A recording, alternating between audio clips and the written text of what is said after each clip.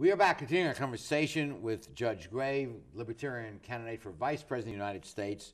Your presidential candidate, Gary Johnson, has an amazing brochure, and the headline is, "When Gary Johnson goes to Washington, everybody goes, the people's president."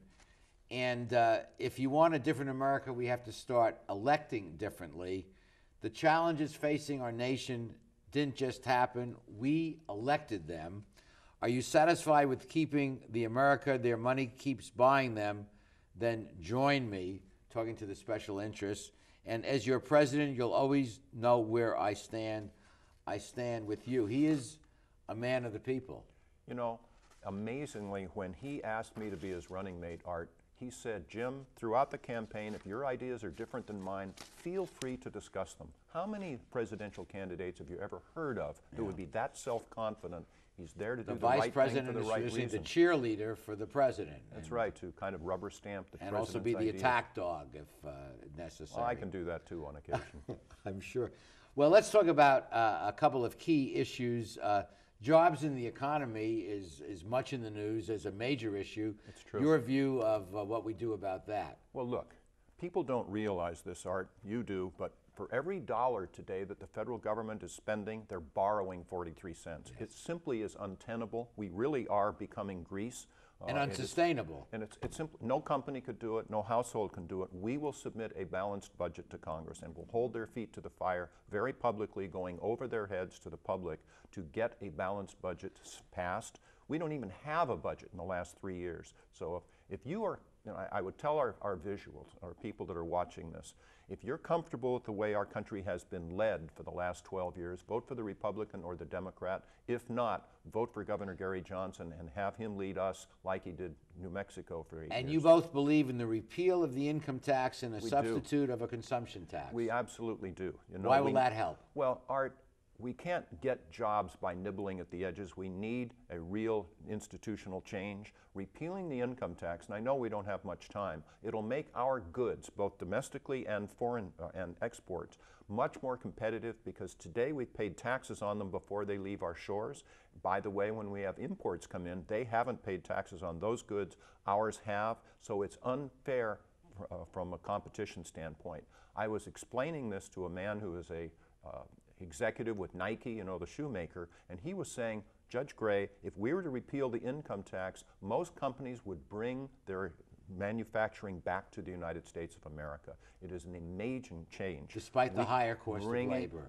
Indeed, because quality control is better, shipping costs, etc. We will bring jobs from that. Okay. So these are things that we can and we will do. On education, our schools are failing us in many instances. Transparently. Your platform involves choice. Ask yourself a question. Who is in a better position to decide where and how your children should be educated? You as the parents or the government? That's an easy question to answer. Allow the parents to decide where their education money will be spent, which school their child will go to. They will demand excellence. They will receive excellence, innovation. You put us in office, we guarantee excellence in our schools nationwide within 4 years.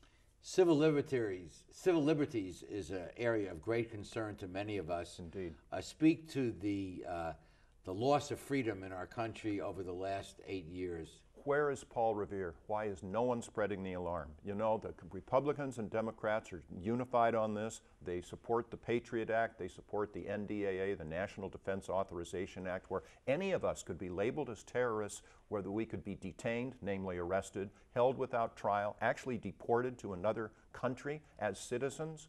We stand for the process of law. We libertarians do, they don't. They're using scare tactics and all the rest, but I tell you, the soul of the United States of America is our freedoms and our liberties, and our soul is under direct frontal attack by our own government today. Let's not let this happen. That isn't even talking about the war on drugs and that sort of thing, which is another way. We'll come to that in the next segment, but foreign policy. Sure. You have a different take on what we should be doing on foreign policy from the other two parties. You know something?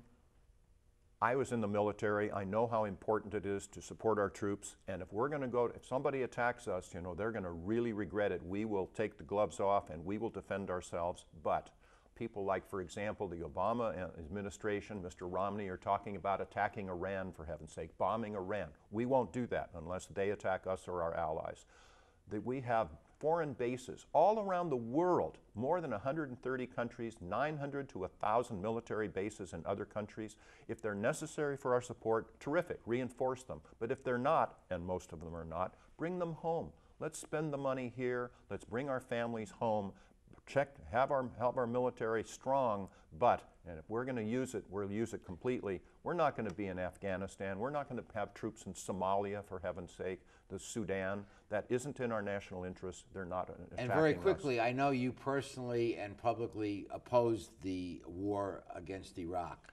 Biggest mistake of my lifetime. You know, the Taliban wasn't in Iraq before. Saddam Hussein, of course, was a bad guy, but the Iraqis have suffered so much under us. The biggest mistake was invading Iraq, our troops in not Iraq. opposing. Absolutely. No. Okay, we'll be back with more of our show after we pause for these messages.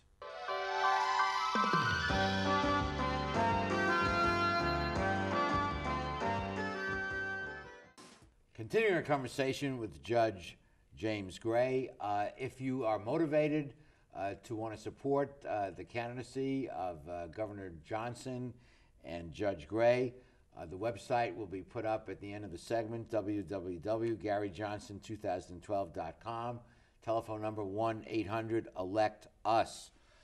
In this segment, we want to get a little more close and personal with our very distinguished guest. He not only is an attorney and a judge, he's also an author.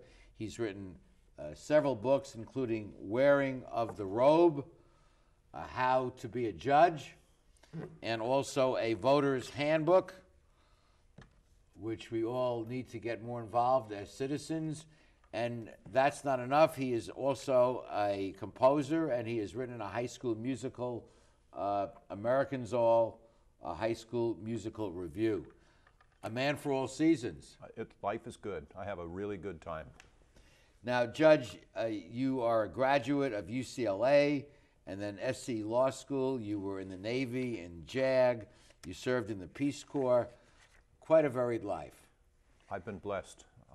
I say, actually, in my Wearing the Robe book, the first sentence in the introduction was, the best decision I ever made in my life was choosing my parents. And that gave me a real benefit throughout my life. And your dad was a judge. My father was a federal judge, one of the heroes of my life. William P. Gray actually is the name of our Inn of Court, which is our ethical organization down in Orange County. Well, you know, I teach ethics as well as law here on campus. That's and what it's I wrote a passion on my, of mine. what I wrote on my copy of my book for you. Thank you, thank you. And would you agree that our country is at risk because of values, lack of values, or the wrong values? Absolutely. We need to bring responsibility back to our people, and that's an institutional issue that the government really works against. We need to do that. We need government, of course, but government should be the last resort instead of the first resort. Individual responsibility, education, ethics, that sort of thing. We've gotten away from it. My musical talks about that a lot. I'm proud of it. And the Libertarian Party has long stood for maximizing personal freedom, minimizing government involvement. It's true. I guess the forefathers would be a little bit shocked at how gigantic the federal government has grown. Unbelievable. You know, there is still an amendment to the Constitution, the 10th Amendment, that says that those powers not delegated to the federal government are reserved for the states. I really believe that the state of California, for example, should be able to decide how best to help and support its people. As to, for example, the marijuana issue, it's not a federal issue, it should be a state issue, and I think we're adult enough to do that. And I think a lot of people instinctively feel, and I certainly do, that the decisions get better as you get closer to the people, and they get worse as you get further and further removed. A couple of ways of addressing this. First of all, how many people watching feel that the federal government has all the answers? Well, of course not. And in addition, our country was founded on the concept of federalism, which means each state should be able to best decide these issues. Laboratories for experiment. Exactly right. And then if Illinois comes up with something that doesn't work very well, Indiana does, we'll learn from each other. So the federal government is much too strong, although I am not in favor of Nebraska having a treaty organization with Italy, for example. No, you know, there's some areas that the federal government should work. But needless to say, I assume you guys are opposed to Obamacare. Oh, absolutely. Galloping in the wrong direction. And actually, the Supreme Court did Mr. Obama a major disservice, because now people are going to see how badly thought out this is, how ridiculously expensive, tax on the elderly and the young. It's not going to work. It's going to hurt him, as well it should. And of course, Mr. Romney is in the same boat. Governor Johnson would repeal Obamacare and put in individual responsibility and competition back into the medical profession, and set up a safety net for people. Some people have observed that the post office is not exactly a model of efficiency. I've noticed that too, actually. Amazing. FedEx could do it, UPS really quite much better. The public sector doesn't work as well as the private sector in many, many areas. So you believe in the market-driven mechanism to organize allocation of resources? With regulation. We have to have regulation, but the problem, like, I know we don't have much time, but this whole housing issue was exacerbated and caused by the federal government because they insured the private risk-taking. Well, you know, you would take risks too if you didn't have to be responsible for it. Gambling on someone else's money. That's what happened, and now they're standing in the way of change. Banks can't loan money to businesses, even with a good business plan. They put in so many regulations and that they just can't do it. So the federal government is standing in the way of our prosperity. Judge, we have a minute left. I want to give it to you to say whatever you want to our viewers about your candidacy and that of the Libertarian Party and the governor. Thank you. Art, first of all, congratulations on your 20 years and your recent marriage. Thank you. I am excited to be involved with this race. We can win this. People will vote for Governor Gary Johnson if we're in the debates. They will see that he has done this. He stands for individuals, for prosperity, for equal opportunity, and for liberty. And I couldn't be more proud and excited. Nothing this exciting has happened to me since the birth of my children. So it's nice to be able to be with you. This is something, we will win this if we're in the debates, I promise you. Judge, thank you for again joining us on Straight Talk, and thank you also for your service to our country. Life is good. Congratulations again. Okay, we'll be back with the rest of our show after these messages.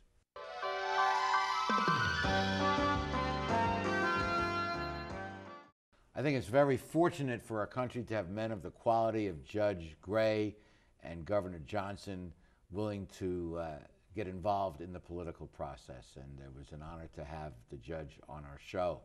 This is the last segment of the last show of our 20th anniversary season, and we thought we'd call our producer-director to the set, Ron Pecky. Thank you for all that you do to make this show as good as it is, and your wonderful crew, CJ and John Jean and Dave Chapman and others. Everybody. Yeah. It's a big team effort, Art, and we appreciate you, and you're a great leader. You've made us work harder.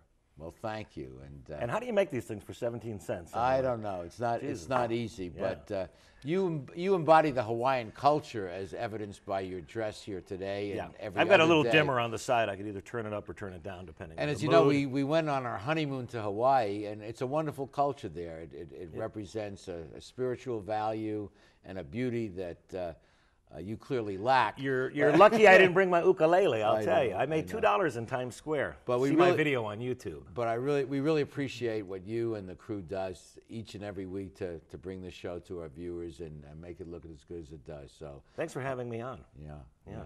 You have 30 seconds to say whatever you want. I've learned something from this guy, and I'm just going to say it in a nutshell. I'll give you the Reader's Digest version.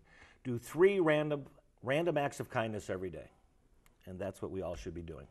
At least. Ron, thank you and the crew for all you do. Thank you, Art. Thank you for joining us. We'll be on repeat over the summer, what we lovingly call the best of Straight Talk. Please join us again in the fall after Labor Day as we start our 21st anniversary season. We've become an adult. Take care. Good night.